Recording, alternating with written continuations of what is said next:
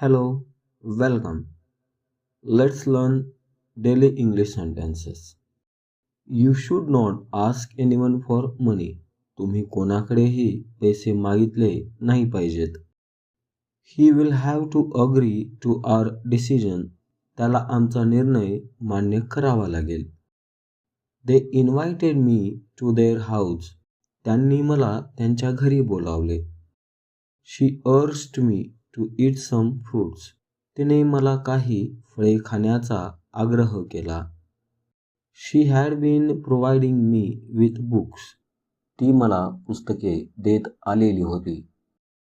He was keenly watching his friend playing the drum. तो उत्सुकतेने त्याच्या मित्राला ढोल वाजवताना पाहत होता. We had organized the shop's inauguration ceremony in May. आम्ही मे महिन्यात दुकानाच्या उद्घाटन समारंभाचे आयोजन केले होते. The flights were delayed due to rain. पावसामुळे विमानांची उड्डाणे उशिराने झाली. The flights were delayed for almost 2 hours. विमानांच्या उड्डाणांना जवळजवळ 2 तासांचा विलंब झाला होता.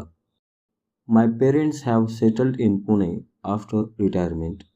माझे आई-वडील निवृत्तीनंतर पुण्यात स्थायिक झाले आहेत.